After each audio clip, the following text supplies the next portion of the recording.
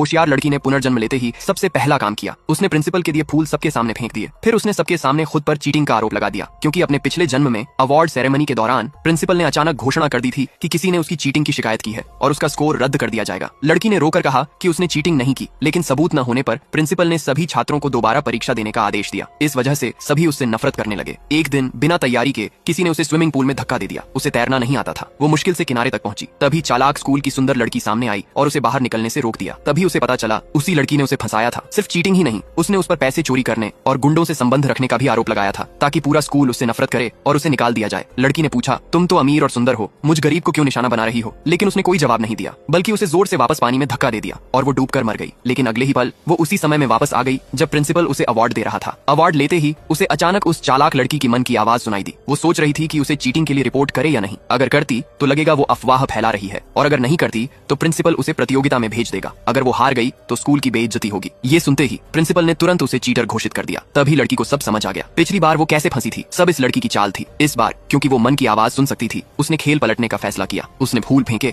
और सबके सामने खुद चीटिंग मान ली। सभी शिक्षक और छात्र हैरान रह गए। चालाक लड़की ने कभी नहीं सोचा था कि वो खुद कबूल कर लेगी, लेकिन लड़की यही नहीं रुकी। उसने कहा, मैंने सिर्फ इस बार नहीं, हर बार चीटिंग की है। बचपन से अब तक हर फर्स्ट रैंक कॉपी करके लिया है। उसने सभी का मजाक उड़ाया कि वो इतने बेवकूफ हैं कि हर साल एक चीटर को टॉप करने देते हैं। छात्र गुस्से में आ गए, लेकिन कुछ लोगों को शक हुआ, अगर वो सच में कॉपी करती तो हर साल टॉप कैसे करती और टीचर्स को पता क्यों नहीं चला। तभी लड़की ने कहा, इन्विजिलेटर्स भी जिम्मेदार हैं। उसने सुझाव दिया कि सीसीटीवी चेक किया जाए। प्रिंसिपल को बात सही लगी। उसने तुरंत जांच का आदेश दिया, लेकिन चालाक लड़की की मन की आवाज ने बताया, कैमरे पहले ही नष्ट कर दिए गए हैं और चीटिंग कॉपी करके नहीं, फोन से जवाब खरीद कर की जाती थी। ये सुनकर लड़की आगे बढ़ी और बोली, स्कूल की इज्जत के लिए पूरी जांच जरूरी है, मैं पूरी तरह सहयोग करूंगी। प्रिंसिपल उलझन में था। उसने पहले कैमरे चेक करने और सभी छात्रों के फोन जांचने का फैसला किया। जिनके पास फोन थे वे सब चौंक गए। चालाक लड़की डर गई कि उसका राज खुल जाएगा। उसने कहा, बस इसे दोबारा परीक्षा देनी चाहिए। कुछ छात्र भी उसके साथ हो गए, लेकिन प्रिंसिपल को शक हो गया था। उसने फोन जांचने पर जोर दिया। परिणाम चौंकाने वाले थे। कई छात्रों के पास फोन थे, जिसमें वो लड़की भी शामिल थी, लेकिन गरीब लड़की के पास फोन ही नहीं था। अब शक उसी चालाक लड़की पर गया। तभी एक टीचर भागता हुआ आया। कैमरे जानबूझकर तोड़े गए थे। अब प्रिंसिपल समझ गया ये बड़ा षड्यंत्र है। उसने गुस्से में घोषणा की, सभी फोन जब्त होंगे, नए कैमरे लगेंगे और पूरी स्कूल फिर से परीक्षा देगा। छात्र विरोध करने लगे। चालाक लड़की ने पूछा, उसने चीटिंग की तो सबको क्यों सजा? लेकिन प्रिंसिपल ने डांट दिया, जब तक सच साफ न हो कोई उसे चीटर नहीं कहेगा, खासकर तुम नहीं। बिना सबूत किसी पर आरोप मत लगाओ। चालाक लड़की ने मासूम बनने की कोशिश की, लेकिन प्रिंसिपल अब समझ चुका था कि वो उसके झांसे में आ गया था। उसने तय किया अब कभी ऐसी बातों पर भरोसा नहीं करेगा। छात्र भी उस लड़की से नाराज हो गए, लेकिन उसे फर्क नहीं पड़ा। उसकी सबसे बड़ी चिंता थी दोबारा परीक्षा। फोन के बिना वो अच्छा नहीं कर पाएगी, इसलिए उसने स्कूल के बाहर एक फल वाले को पैसे दिए। झूठ बोला कि लड़की की दादी ने फल भेजे हैं ताकि वो फल खाकर बीमार हो जाए और खराब प्रदर्शन करे, लेकिन उसे नहीं पता था लड़की उसकी चाल समझ गई थी और उसने वो सेब अपने सहपाठियों को दे दिए। ये देखकर चालाक लड़की हैरान रह गई